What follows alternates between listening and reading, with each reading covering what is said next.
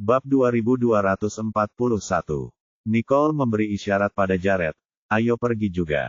Sambil memegang tangannya, Jared membawa Nicole, yang sedang mabuk, ke dalam mobil. Nicole bersandar di jok setelah masuk, tampak bingung tetapi tetap bahagia. Tatapan Jared melembut saat dia menatapnya dan merapikan rambutnya. "Apakah ada bagian tubuhmu yang terasa tidak nyaman?" "Tidak, aku baik-baik saja," Nicole menyangkal, menyadari bahwa Jared mengkhawatirkannya setelah semua pesta pora itu. Ia merasa agak pusing, meskipun ia tidak cukup mabuk untuk merasa tidak nyaman. Jared terkekeh menanggapi, "Baguslah. Sebaiknya kau tidur saja begitu kita sampai di rumah."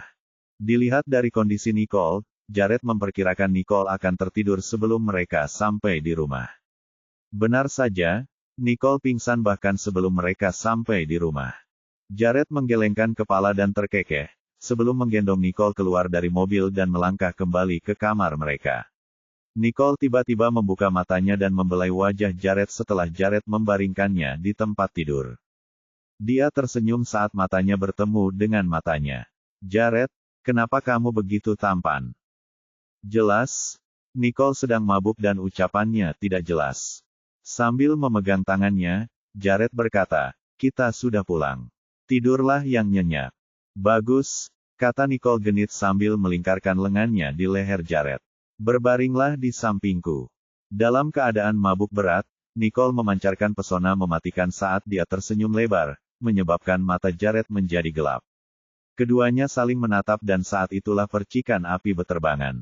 Matahari terbit keesokan paginya, dan sinar matahari yang terang memenuhi ruangan. Nicole memijat pelipisnya dan perlahan membuka matanya. Merasa sakit di sekujur tubuhnya, wajahnya memerah saat mengingat kejadian tadi malam. Dia tidak percaya betapa konyolnya dia saat mabuk. "Kau sudah bangun?" Suara Jared berteriak, lengannya merengkuh gadis itu ke dalam pelukannya. Nicole mendongak dan menatap mata Jared yang cekung. Karena malu, dia mengalihkan pandangannya, tidak sanggup menatap mata Jared.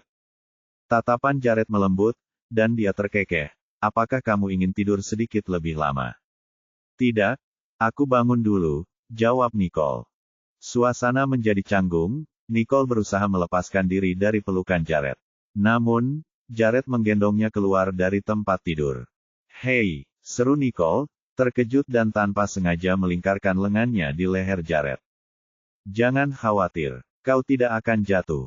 Jared melemparkan senyum nakal padanya. Sambil mengerutkan kening padanya, Nicole menjawab, "Aku bisa jalan sendiri." Nicole jelas bisa berjalan sendiri. Hanya saja Jared suka menggendongnya. Tentu saja, Jared tidak berniat melepaskan Nicole, dan terus membawanya ke kamar mandi.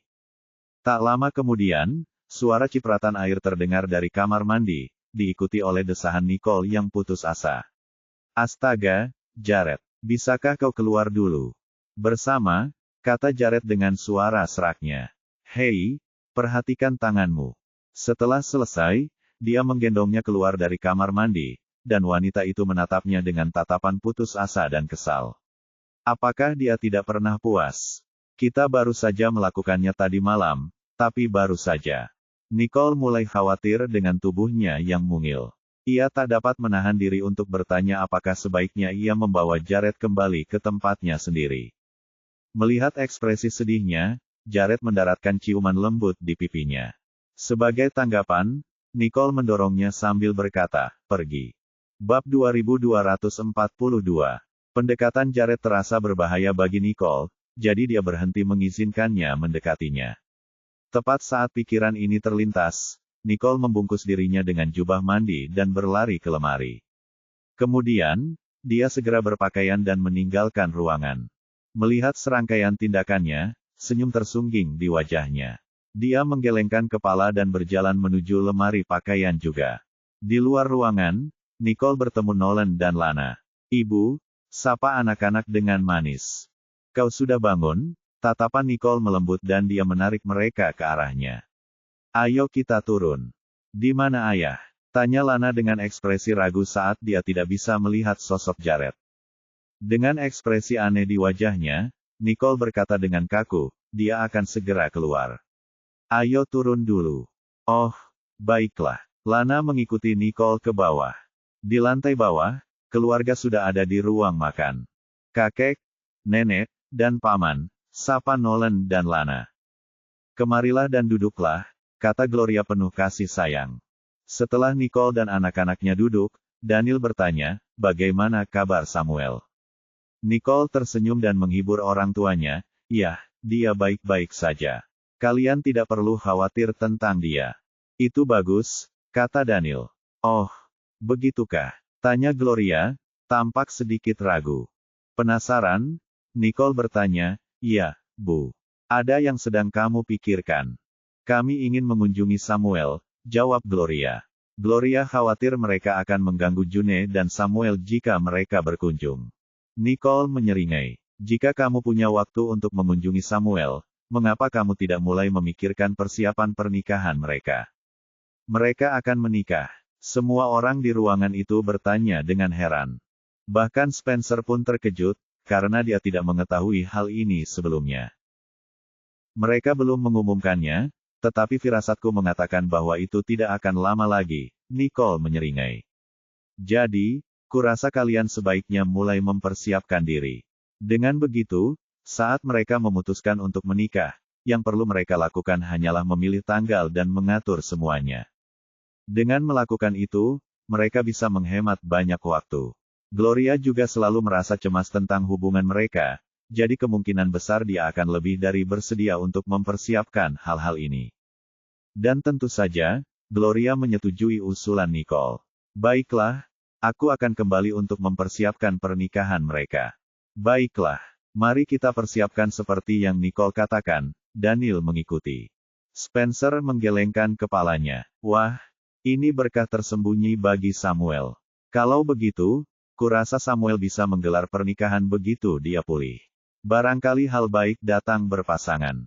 Hampir sama, Spencer mengakhiri kalimatnya, dan semua orang mengakui analisisnya, menganggapnya sangat masuk akal. Kalau begitu, bolehkah kami meminta untuk menjadi gadis pembawa bunga dan pria terlebih dahulu? Lana memiringkan kepalanya dengan ekspresi penuh kerinduan. Mendengar itu, Nolan mengerutkan kening tidak setuju. Apakah kamu punya semacam obsesi menjadi gadis pembawa bunga?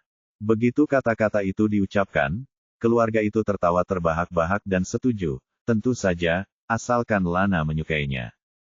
Bolehkah, Bu? Lana meminta izin Nicole dengan sangat serius. Nicole lalu menepuk kepala Lana sambil berkata, tentu saja boleh. Paman Samuelmu mungkin akan memohon-mohon. Yai, kalau begitu aku akan menjadi gadis pembawa bunga. Lana mengangguk dengan sungguh-sungguh, merasa sangat bertekad untuk menindaklanjutinya. Semua orang yang melihatnya kemudian tertawa terbahak-bahak. Jared, yang sedang berjalan menuruni tangga, mendengar percakapan mereka. Dengan itu, dia menatap Lana dan berkata, tidak apa-apa asal kamu menyukainya. Bab 2243. Mendengar suara Jared, Lana mendongak dan berseru, ayah. Tatapan mata Jared bersinar dengan sentuhan kelembutan, suara manis Lana membuat hatinya meleleh. Setelah duduk, semua orang menikmati sarapan mereka sebelum berangkat kerja. Ayah, bisakah ayah menyekolahkan kami ke taman kanak-kanak hari ini? Lana menarik-narik jahitan kemeja Jared, memohon padanya. Sudah lama sejak Jared dan Nicole terakhir kali menyekolahkan anak-anak mereka di taman kanak-kanak, jadi Lana ingin mereka melakukannya hari ini. Sambil tersenyum, Jared berjanji, tentu saja. Nicole mengerutkan kening, tidak mendukung keputusan ini. Ia takut ini hanya akan menimbulkan masalah yang tidak perlu. Mengetahui apa yang dikhawatirkannya, Jared menghiburnya sambil memegang tangannya. Kita bisa membicarakannya nanti. Kalau saja ada orang tak bertanggung jawab yang mengawasi taman kanak-kanak itu, kemungkinan besar mereka akan pergi setelah jam sekolah. Mendengar itu, Nicole merasa sedikit lebih tenang. Baiklah. Oh, ya, Lana sangat gembira, melambaikan tangannya dengan penuh semangat. Saat Jared membawa kedua anak itu ke mobil, Nicole melihat ke arah Tia yang berjalan mendekat dan berkata, kita akan mengirim mereka hari ini.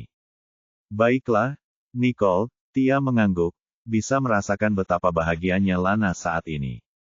Kamu sebaiknya kembali dan merawat nenek. Dia baru saja pulih, sinar matahari akan sangat baik untuknya, saran Nicole. Sebagai balasannya, Tia berjanji, jangan khawatir, Nicole. Tia kembali masuk begitu dia melihat mobil itu melaju pergi. Di dalam mobil, Nicole terkekeh melihat kegembiraan Lana. Jared pun ikut tersenyum, dan ia tak percaya Lana akan begitu bahagia hanya karena mereka telah memutuskan untuk menyekolahkan mereka di taman kanak-kanak. Sementara itu, Nolan justru sebaliknya. Ia lebih banyak diam, seperti sedang memikirkan sesuatu. Ada apa, Nolan? Tanya Nicole. Sambil menatapnya, Nolan menggigit bibirnya sebelum berbisik, Bu, akun itu akhir-akhir ini agak tidak aktif. Apakah akun itu menyadari aku melacaknya? Nicole terkejut dengan penemuan ini. Kamu masih melacak akun itu? Tidak secara aktif, tetapi saya telah memantaunya secara diam-diam. Hanya saja tidak banyak yang terjadi, kata Nolan dengan bingung. Mungkin itu terjadi karena dia telah ketahuan, sehingga rencananya hancur seluruhnya. Mata Nicole menjadi gelap. Tetaplah tenang. Dia mungkin juga sedang mengawasimu. Maksudmu dia menunggu waktu yang tepat? Tanya Nolan, tidak yakin. Itu mungkin saja, jawab Nicole, meski itu hanya spekulasi dia saja. Hanya ada dua kemungkinan yang dapat menjelaskan ketidakaktifan tersebut. Yang pertama adalah musuh mereka telah mendengar beberapa informasi tetapi belum berani mengambil risiko. Alasan lainnya mungkin karena mereka tidak menemukan perkembangan terkini. Kelima lambang yang dimaksud adalah milik keluarga yang berusia berabad-abad, jadi tidak akan mudah untuk mendapatkannya sama sekali. Kalau begitu, aku akan tetap menunggu, Nolan mengangguk setuju.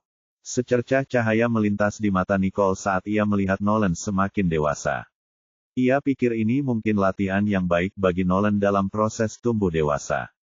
Nicole tiba-tiba merasa seolah-olah semuanya sepadan, meskipun ia sendiri tidak menemukan petunjuk. Setelah itu, Jared mengajak anak-anak makan pencuci mulut di toko dekat taman kanak-kanak sebelum menyuruh mereka masuk. Setelah mereka meninggalkan taman kanak-kanak, pasangan itu tiba di kantor pusat Riddle Corporation, dengan Nicole melambaikan tangan kepada Jared saat keluar dari mobil. Sampai jumpa, aku akan pergi. Bab 2244. Mata Jared berbinar geli saat dia mengangguk.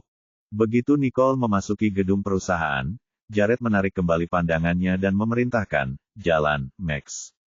Dan setelah dia mulai mengemudi, Max berkata, Tuan Johnston. Kami sudah mengunci Iris. Bagus, ucap Jared, suaranya dingin dan dalam. Sementara itu, dana di pihak Nyonya Johnston sepertinya sudah ditransfer, tetapi transaksinya tidak akan berhasil, imbuh Max. Jared menyipitkan matanya, berapa lama lagi sampai kita bisa menyelesaikan semua ini? Kalau semuanya berjalan lancar, besok, kata Max dengan penuh keyakinan. Bagus. Jared bersandar di kursinya, matanya memancarkan ekspresi penuh arti. Sementara itu, Nicole baru saja tiba di kantornya. Uangnya sudah ditransfer, dan pihak bank sudah merespons, Lulu berbisik pada Nicole. Alhamdulillah, Nicole menghela napas lega. Dia senang bisa membantu Lawrence kali ini dan bukan sebaliknya. Oh, ngomong-ngomong, Lulu melihat sekeliling, sebelum dia mendekati Nicole. Kudengar Genesis Group sepertinya sedang mengalami kendala. Apakah ini akan memengaruhimu? Tidak masalah, jawab Nicole acuh tak acuh. Leo memang dalam masalah, tapi aku membantunya dengan kapasitas pribadiku. Anggap saja ini sebagai pembayaran utangku. Akan sangat bagus jika aku membantunya, tapi bahkan jika semuanya tidak berjalan baik, aku tidak akan peduli dengan pengorbanannya. Kau benar juga, tapi tentu saja, semoga saja tidak ada yang kalah, Lulu mengangkat bahu. Sebagai tanggapan, Nicole menggoda, baiklah, lebih baik kamu berdoa untuk itu. Oh, jangan khawatir, aku akan melakukannya, kata Lulu, menanggapinya dengan serius. Nicole tidak dapat menahan tawa melihat ketulusan Lulu karena dia sendiri hanya bercanda. Sambil memiringkan kepalanya karena penasaran, Lulu bertanya, sejujurnya, dengan apa yang Lawrence mampu lakukan, dia biasanya tidak membutuhkan bantuan. Masalah apa yang mungkin dia hadapi sehingga dia perlu meminta bantuanmu? Lulu selalu merasa bahwa orang-orang seperti Leo tidak membutuhkan bantuan dari siapapun. Sebaliknya, dia harus sekuat Jared, dan tidak ada yang bisa menyusahkan mereka. Lulu bahkan ingat bahwa dia belum pernah melihat Jared terhambat oleh apapun, setidaknya untuk waktu yang lama. Mendengar perkataan Lulu, sebuah pikiran muncul di benak Nicole, dan secerca keraguan melintas di benak Nicole. Ia tidak banyak bertanya kepada Leo tentang situasinya. Namun kecurigaan Lulu mengingatkannya bahwa kekuatan Leo memang tidak bisa diremehkan. Baginya meminta bantuan kali ini berarti situasinya pasti sangat buruk. Nicole mengerutkan kening, ekspresinya berubah serius. Ia merasa bimbang, tidak yakin apakah ia harus bertanya kepada Lawrence tentang situasinya atau apakah ia membutuhkan bantuan lebih lanjut untuk menyelesaikannya. Melihat Nicole terdiam, Lulu memiringkan kepalanya dan bertanya, "Ada apa denganmu? Apa kau sudah memikirkan sesuatu?" "Tidak, tidak apa-apa," Nicole tersadar dan menepis pikiran itu. Karena Lawrence tidak menjelaskan apapun dan hanya menyatakan bahwa itu adalah pembobolan dana, itu hanya bisa berarti bahwa masalahnya tidak seserius yang dipikirkannya. Karena yakin bahwa ia dapat menyelesaikan masalahnya sendiri, Nicole kemudian mengalihkan topik pembicaraan dengan berkata, "Leo akan menyelesaikan masalahnya sendiri. Itu bukan urusan kita. Bagaimana dengan Snow?" Mendengar ini, Lulu mencibir. Yah, dia jelas-jelas menemui hambatan di mana-mana. Mata Nicole membelalak saat membayangkan Snow menabrak rintangan. Dan saat melihat ekspresi Nicole, Lulu dengan gembira menceritakan semuanya padanya. Bab 2245. Jadi, selama seminar proyek pertama, Harvey tidak hadir. Sebagai gantinya, ia mengirim seorang sekretaris untuk mewakilinya. Namun, Snow bukanlah orang yang mudah menyerah. Ia mencoba segala cara untuk bertemu Harvey, tetapi tidak ada yang berhasil. Tanpa gentar, dia memutuskan untuk langsung pergi ke perusahaan Harvey untuk mencarinya. Dan Anda tidak akan percaya apa yang terjadi selanjutnya. Nicole terkekeh, geli dengan antusiasme Lulu. Dia berakhir di jalan buntu, bukan? Lulu tampak kecewa karena Nicole langsung menebaknya. Bagaimana kau bisa tahu secepat itu? Tidak seru kalau kau tidak terkejut. Baiklah, jawab Nicole dengan tenang, kamu memang menyebutkan bahwa dia terus-menerus menemui hambatan. Lulu tak dapat menahan diri untuk bertanya, apakah ada hal lain yang masih bisa mengejutkanmu? Kita akan tahu saat kau menceritakan sisa ceritanya, kata Nicole. Sekalipun Nicole tidak terkejut dengan kejadian yang menimpa Snow, akan tetap menyenangkan mendengar tentang kemalangannya. Jadi begini masalahnya, Harvey tidak mengusirnya, sebaliknya, dia meminta sekretarisnya untuk menyambutnya. Dia benar-benar marah, dan mungkin masih marah, kata Lulu dengan puas. Snow sedang mengalami nasib buruk, tetapi dia memang pantas mengalaminya.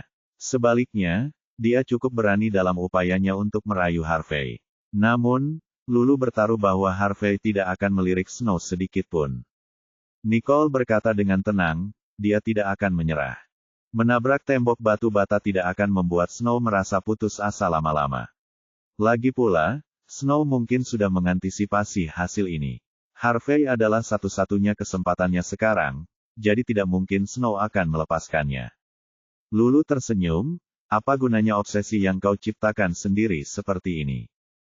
Tidak perlu ada maksud tertentu, yang penting ada hasil yang diharapkan, kata Nicole penuh arti. Harvey adalah kesempatan terakhir bagi Snow. Jika ia bisa menarik perhatiannya, Snow masih akan mendapat kesempatan untuk membalikkan keadaan. Jika tidak, Snow akan terjebak dalam situasi saat ini. Sekarang, ia punya dua pilihan. Entah ia menikah dengan keluarga kelas 2, seperti Raine, atau ia bisa tetap melajang dan tinggal bersama orang tuanya, yang tidak ingin ia terima. Lulu memutar matanya dan melanjutkan, dia ambisius, tapi dia tidak mampu melakukan banyak hal. Nicole mencibir, orang-orang diizinkan bermimpi. Mimpinya lebih baik tidak terwujud, sahut Lulu, tidak setuju dengan Nicole. Lulu juga telah memikirkan apakah akan tetap melajang seumur hidupnya atau mencari orang lain, dan baginya, kedua keputusan itu jauh lebih bijaksana daripada keputusan yang diambil Snow sekarang. Nicole tidak mengungkapkan kepada Lulu bahwa meskipun Snow punya pilihan lain, dia tidak akan pernah mempertimbangkannya karena Nicole sendiri sudah kembali. Semua dendam masa lalu yang dimiliki Snow terhadapnya kini semakin kuat, dan Snow tidak akan pernah berkompromi, bahkan sedikit pun. Namun, pada akhirnya, semua masalah ini adalah masalah Snow, dan Nicole tidak berniat membuang-buang waktunya untuk Snow. Nicole akan dengan senang hati mengabaikannya selama apapun yang dilakukan Dilkop tidak akan memengaruhi kantor pusat. Dengan semua kegagalan ini, aku penasaran apa langkah Snow selanjutnya. Lulu mengangkat bahu, menantikan drama itu. Nicole tersenyum melihat kejenakaan Lulu.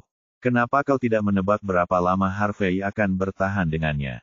Setelah begitu banyak upaya dari Snow untuk menyabotase mereka, tampaknya mustahil bagi mereka semua untuk gagal kecuali Harvey memang sengaja menghindarinya. Nicole cukup penasaran dengan apa yang ada dalam pikiran Harvey. Jika ia ingin menghindari Snow, ia tidak akan pernah bekerja sama dengan Dilkop sejak awal. Lagi pula, ada banyak perusahaan yang lebih baik di Sanjoto. Mata Nicole membelalak saat ia memikirkan sesuatu yang aneh. Mungkin Harvey benar-benar merencanakan sesuatu.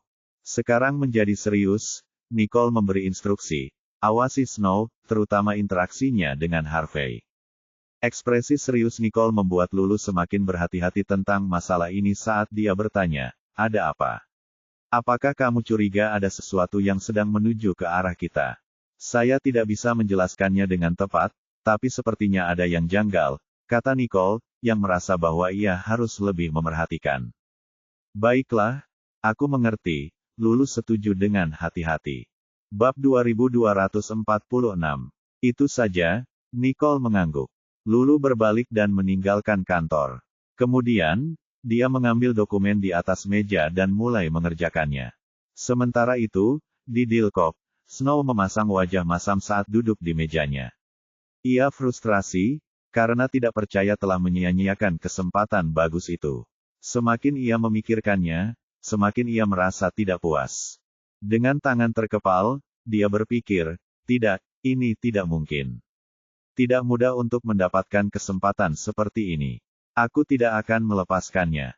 Snow menggertakkan giginya. Ia bertekad untuk membuat Harvey menemuinya meskipun Harvey enggan melakukannya. Sore harinya, sinar matahari yang hangat masuk ke dalam ruangan. Setelah makan siang, Nicole beristirahat sejenak, hingga terdengar ketukan pintu sebanyak 3 kali. Bingung, Nicole berkata, kamu boleh masuk. Nicole tidak tahu siapa yang akan mengetuk pintu pada jam segini. Tidak mungkin Lulu, karena dia baru saja keluar. Pintu terbuka, dan Lawrence masuk dengan senyum di wajahnya. Leo, apa yang membawamu ke sini? Nicole terkejut, tidak menyangka itu adalah Lawrence. Apakah kamu akan berterima kasih padaku jika aku bilang aku punya berita untukmu? Lawrence duduk di sofa, berseri-seri. Nicole mengangkat alisnya, karena kata-katanya telah membangkitkan rasa ingin tahunya. Berita apa?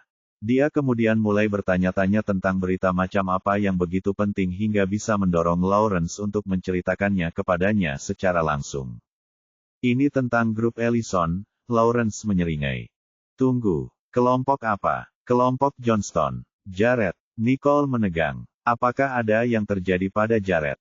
Ekspresi Lawrence menjadi gelap saat dia mengoreksinya. Tidak, itu Ellison. Harvey Ellison. Setelah mendengar bahwa Harvey yang menelepon, Nicole langsung tenang kembali, tidak merasakan apapun selain ketidakpedulian terhadap masalah orang lain. Oh, baiklah. Bagaimana dengan dia? Melihat ekspresi Nicole, Lawrence merasa sedikit tertekan dan kecewa. Ia tampak khawatir saat mengira itu tentang Jared, tetapi ia kembali tenang saat mengetahui itu tentang Harvey. Leo, Nicole meninggikan suaranya sedikit karena Lawrence terdiam.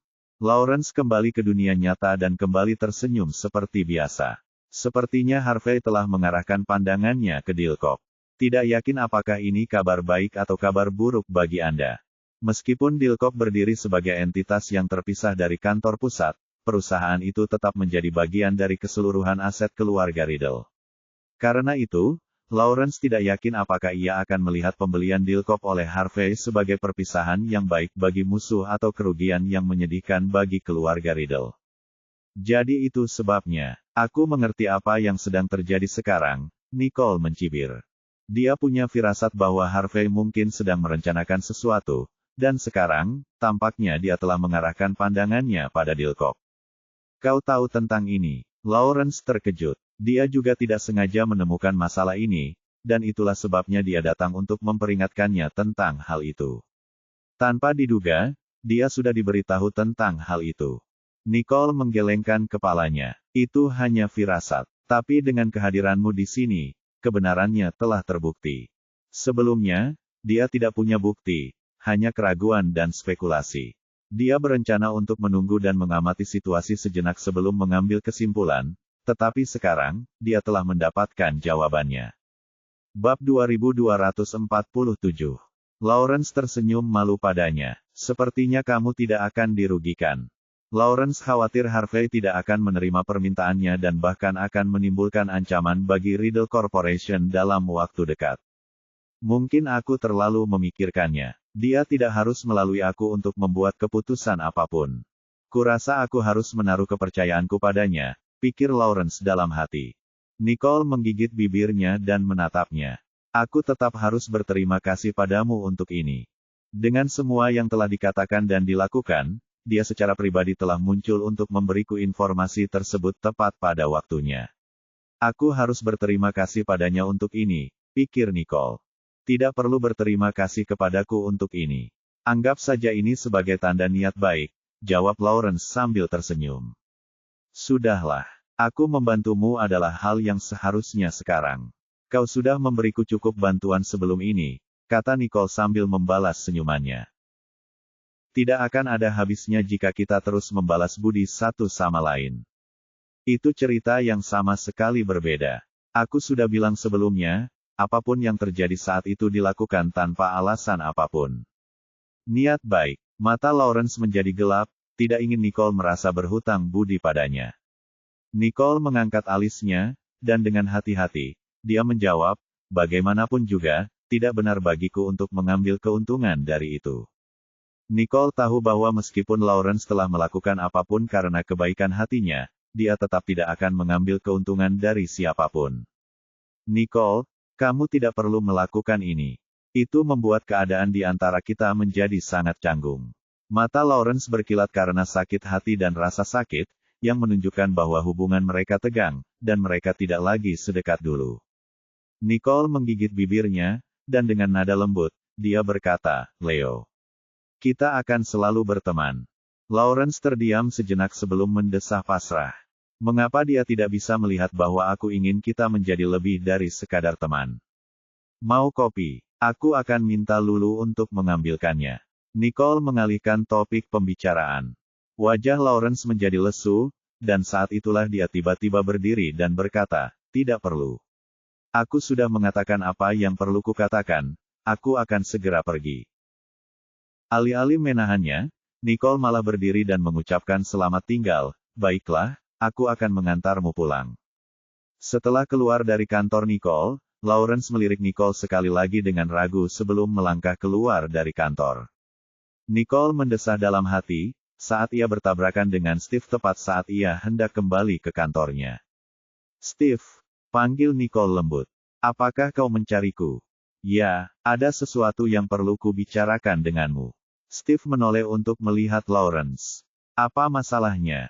Sambil mengangkat alisnya dengan ragu, dia bertanya, Steve, mengapa aku merasa kamu punya dendam terhadap Lawrence? Nicole tidak pernah mempertanyakan sikap agresif Steve terhadap Lawrence sebelum ini, tetapi setelah melihatnya 2 kali, dia yakin. Jelas bahwa Steve tidak begitu menyukai Lawrence. Terlepas dari apakah aku punya dendam padanya atau tidak. Steve merendahkan suaranya sebelum menambahkan, intinya, kamu harus berhati-hati saat berada di dekatnya. Apa maksudmu? Nicole mengerutkan kening, tahu bahwa Steve akan bersikap defensif setiap kali Lawrence disebut dalam sebuah percakapan. Saya tidak bisa memberitahu Anda detailnya secara pasti. Jangan salah paham, tapi orang itu tidak sesederhana dan sejujur yang terlihat. Jangan bersikap sentimental dan berhati lembut hanya karena dia pernah membantu Anda sebelumnya. Steve memberitahu Nicole. Semakin Nicole mendengarkan, semakin bingung dia. Bisakah kamu langsung ke intinya? Saya tidak punya bukti konkret jadi saya belum bisa membuktikan apapun. Saya yakin Anda tahu apa yang saya bicarakan. Anda hanya perlu lebih memperhatikan berbagai hal, pungkasnya. Steve dan Sean telah bekerja sama untuk mengumpulkan bukti terhadap Lawrence, tetapi tidak satu pun dari mereka menemukan bukti yang dapat digunakan untuk melawannya. Catatannya sangat bersih sehingga menimbulkan kecurigaan baik Steve maupun Sean. Yang dapat mereka lakukan sekarang adalah membuat Nicole waspada sampai mereka mendapatkan bukti. Bab 2248. Setelah ragu sejenak, Nicole dengan sungguh-sungguh setuju. Baiklah, aku tahu apa yang harus kulakukan. Nicole masih bingung mengapa Steve begitu khawatir tetapi karena dia tahu bahwa Steve memang memperhatikannya, dia berjanji padanya agar Steve bisa merasa tenang. Tetap waspada, oke. Steve mengingatkan, tahu bahwa dia dan Sean tidak akan menyerah begitu saja dalam penyelidikan mereka. Nicole mengangguk dan mengganti topik pembicaraan, oke, ada hal lain. Ya, ini. Steve menyerahkan dokumen itu kepada Nicole. Sean telah mendapatkan beberapa info tentang Everett. Tampaknya dia semakin dekat dengan yang tidak diketahui ini. Angka terbaru. Kami belum tahu siapa. Mata Nicole melirik dokumen itu, lalu meraihnya. Oke. Sean meminta orang-orang untuk mengawasinya. Kurasa kaulah yang harus melihat ini terlebih dahulu. Jika kau punya ide, kau bisa datang ke Sean dan aku, katanya mengingatkan. Baiklah. Nicole mengangguk setuju. Kemudian, setelah mengantarnya pergi, dia kembali ke kantornya. Nicole berjalan santai ke mejanya untuk duduk sebelum membuka dokumen itu. Halaman-halamannya terisi penuh dengan informasi yang dikumpulkan selama penyelidikan terhadap Everett. Melihatnya, mata menyipit. Sepertinya dia menghilang beberapa hari sekali. Tidak ada yang tahu kemana dia pergi atau akan pergi. Everett juga tidak muncul selama beberapa hari terakhir. Apa yang sedang dia lakukan sehingga dia harus merahasiakannya? Dan dengan siapa? Nicole tiba-tiba teringat bahwa sudah hampir waktunya bagi Ten Bennett untuk mengungkapkan keputusannya. Saya yakin Everett sedang duduk di ujung kursinya. Saya akan memberikannya kepadanya jika dia bisa duduk diam setelah pengumuman. Nicole menyimpan dokumen itu sementara pandangannya menjadi gelap. Aku ingin melihat siapakah sosok ini bersama Everett. Keesokan harinya, berita itu menyebar seperti api. Apa yang terjadi? Kemarin, Nandokop mengumumkan bahwa mereka akan merilis versi beta, dan sekarang perusahaan mengklaim bahwa mereka telah merilis produk gabungan hari ini. Nampaknya Nandokop sedang dihancurkan oleh Riddle Corporation. Satu dengan versi beta dan satu lagi dengan produk baru. Keduanya tidak berasal dari liga yang sama sejak awal. Orang-orang sibuk mengobrol, membandingkan produk terbaru kedua perusahaan itu. Sementara itu, Nicole sedang duduk di mejanya sambil membaca berita secara langsung. Nicole, kurasa Everett pasti sangat marah kali ini. Seru Lulu penuh kemenangan. Ini seharusnya menjadi peringatan bagi mereka karena telah mencuri proyek kita. Nicole tersenyum tanpa menanggapi Lulu. Aku tidak ingin tahu atau peduli apakah dia sedang marah besar. Tapi yang ku tahu adalah dia telah menunjukkan sifat aslinya. Mata Nicole menyipit saat dia menyampaikan pesan kepada Sean untuk mengingatkannya bahwa mereka perlu menggunakan tindakan ekstra terhadap Everett. Sean membalas dalam sepersekian detik, memberitahu Nicole bahwa dia akan segera memberinya kabar terbaru. Senyum tipis tersungging di wajahnya saat dia menyimpan ponselnya. Kabarnya akan segera datang. Ini adalah ketenangan sebelum badai. Nicole, apakah kamu menyembunyikan sesuatu dariku? Lulu bertanya dengan suara rendah saat memperhatikan ekspresi Nicole. Nicole mengangkat alisnya, dan sambil menyeringai, dia bertanya, bagaimana kau tahu? Aku mengenalmu luar dalam. Kurasa orang ini akan sangat malang, Lulu berkata. Bab 2249. Nicole terkekepelan, lalu berkata pada Lulu, aku tidak tahu apakah mereka akan bernasib malang, tapi yang ku tahu aku mungkin telah memecahkan misteri berkat ini. Everett atau Snow? Tanya Lulu, matanya penuh rasa ingin tahu. Nicole mengangkat bahu. Everett, dia hanya, Lulu tertawa terbahak-bahak. Produk yang dirilis Riddle Corporation telah melampaui versi beta dari barang yang sama yang dibagikan oleh perusahaannya. Saya menemukan apa yang sedang dilakukannya tepat pada waktunya. Jika dan ketika dia mengetahuinya, dia akan marah. Sementara itu, di Nandokok, Everett bergegas masuk ke kantor dengan panik, wajahnya muram dan cemberut. Tuan Riddle, apa yang harus kita lakukan sekarang? Tanya asistennya dengan cemas. Tidak seorang pun di kantor membayangkan hal ini akan terjadi, terutama setelah mereka mengantongi proyek yang begitu sukses dari Riddle Corporation. Apa yang harus kita lakukan? Apa yang bisa kulakukan? Jerit Everett, kesal pada asistennya. Terkejut, asistennya menundukkan kepalanya, dan seluruh kantor terdiam. Akhirnya, Everett tenang dan memerintahkan, beritahu Sky Corporation untuk mengubah rencananya sesegera mungkin. Mengubah rencana, tapi kami sudah mulai bereksperimen. Pada saat itu, sudah terlambat untuk membuat perubahan apapun, karena produk mereka sudah dalam tahap eksperimen dan finalisasi. Buang saja semuanya. Versi beta yang kami rilis tidak berguna. Tidak ada gunanya menyimpan proyek beta mereka pada saat ini. Bahkan jika mereka mengerahkan departemen PR dan pemasaran untuk produk ini, pasar akan tetap membuat tiruan dari versi beta mereka, dan dengan mudah juga, kecuali mereka dapat menghasilkan sesuatu yang lebih menarik. Everett tidak ingin membuang waktu lagi. Saya harus meminimalkan kerugian. Kalau tidak, satu-satunya pilihan yang saya miliki adalah membuang semuanya dan memulai dari awal. Asistennya setuju. Ya, Tuan Riddle. Everett benar-benar putus asa saat merenungkan langkah selanjutnya, dan ia terus melakukannya hingga teleponnya tiba-tiba berdering. Everett melirik ponselnya sekilas, dan saat itulah ekspresinya berubah. Kamu lanjutkan saja dan bereskan semuanya. Ya, Tuan Riddle. Asistennya pergi. Kemudian, Everett menarik napas dalam-dalam sebelum menjawab panggilan telepon. Halo. Semuanya berjalan lancar di pihak saya, tapi di pihak Anda tampaknya, kata korespondennya dengan dingin melalui telepon. Tidak, tolong dengarkan aku. Aku bisa menjelaskannya. Everett berkeringat dingin. Menjelaskan tidak akan menyelesaikan apapun. Tidak, halo. Everett menjadi kesal ketika orang lain menutup teleponnya. Ia menggertakkan giginya, bergegas keluar kantor, dan pergi. Tanpa ia sadari ada mobil yang membuntutinya dari belakang. Saat malam tiba, lampu di kediaman Riddle mulai menyala, dan keluarga Riddle tengah makan malam dengan gembira. Bu, apakah ibu sibuk seharian ini? Bagaimana? Tanya Stanley pada Gloria. Saya sudah mencoba beberapa perusahaan desain interior, tetapi saya memutuskan untuk menyerahkan keputusan akhir kepada Samuel dan June. Gloria tersenyum. Sekarang pernikahan sudah dalam tahap pembicaraan, mengapa aku merasa ibu kita terlihat lebih bahagia? Kata Stanley, bercanda saat melihat ibunya begitu gembira. Bab 2250.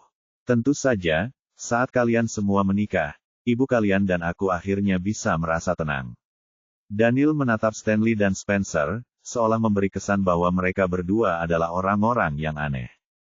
Jangan lihat aku, kamu seharusnya mengatakan ini pada Stanley. Spencer segera memprotes, sambil berdalih bahwa dia sudah punya pacar, dan Stanley adalah satu-satunya di antara mereka yang masih lajang.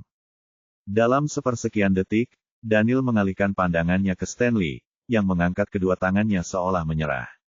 Anggap saja aku tidak mengatakan apapun. Stanley selama ini adalah orang yang tidak peduli dengan hubungan, apalagi pernikahan. Karena itu, ia tidak keberatan jika adik-adiknya menikah jauh sebelum dirinya. Daniel dan Gloria saling berpandangan, lalu mereka masing-masing mendesah pasrah. Keduanya berdoa agar Stanley segera mengerti apa yang mereka berdua katakan. Stanley segera melahap makanannya untuk mengalihkan perhatian semua orang. Lupakan saja, ayo kita makan saja, kata Daniel, menyerah meyakinkan Stanley. Gloria juga mulai melahap makanannya. Ibu, ayah, jangan khawatir tentang hal-hal seperti ini. Pernikahan bukan sesuatu yang kita anggap enteng. Siapa tahu setelah Spencer menikah, mungkin Stanley bahkan bisa mendapatkan pacar, Nicole berpendapat. Gloria mengangguk. Setidaknya Nicole mengerti. Gloria melirik Stanley saat berbicara, menyebabkan Stanley melahap makanannya lebih cepat. Dia tidak mengangkat kepalanya sedikit pun setelah itu karena matanya terus menatap piring. Setelah menyadari perilaku Stanley, Gloria mengurungkan niatnya sama sekali. Ia menggelengkan kepala dan mendesak semua orang untuk makan, sebelum melanjutkan dengan membicarakan pernikahan Spencer dan June karena itu adalah satu-satunya berita menarik yang bisa ia nantikan. Setelah makan malam selesai, keluarga Riddle berjalan santai ke ruang tamu. Bu, aku berangkat dulu ya. Aku harus lanjut skripsiku, kata Stanley sambil mencari alasan untuk lepas dari cengkraman orang tuanya. Aku juga akan pergi. Ada nilai baru yang harus kupelajari. Spencer pun mengikutinya. Ia takut setelah Stanley pergi, dialah orang berikutnya yang akan menjadi pusat perhatian. Gloria memasang ekspresi kosong di wajahnya saat dia melihat kedua putranya bergegas pergi. Benar ketika mereka mengatakan bahwa anak perempuan lebih perhatian daripada anak laki-laki. Nicole yang termuda dan dia tidak pernah membuatku khawatir tentangnya. Sebaliknya, anak laki-lakiku.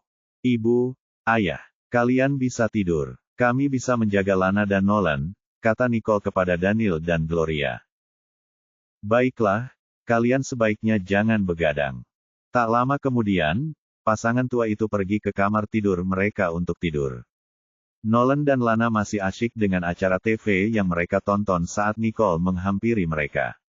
Nolan, Lana, sudah waktunya tidur. Baiklah, mereka berdua segera mematikan TV dan menuju ke atas bersama Nicole dan Jared. Nolan baru saja memasuki kamarnya ketika ia melihat pop-up di komputernya. Dalam sekejap, ia bergegas menghampiri dan mengkliknya beberapa kali. Namun, yang mengejutkannya, tidak ada pop-up sama sekali. Bu, ada kemajuan, seru Nolan dengan antusias. Nicole bergegas untuk memeriksa misi yang telah ia posting, dan saat itulah ia menyadari bahwa seseorang telah menerimanya. Matanya membelalak kaget sebelum ekspresi serius muncul. Nolan segera turun dari kursinya. Kemudian, Nicole segera duduk dan menunggu kabar dari orang tersebut. Namun, tidak ada kabar. Ibu, apa maksudnya ini?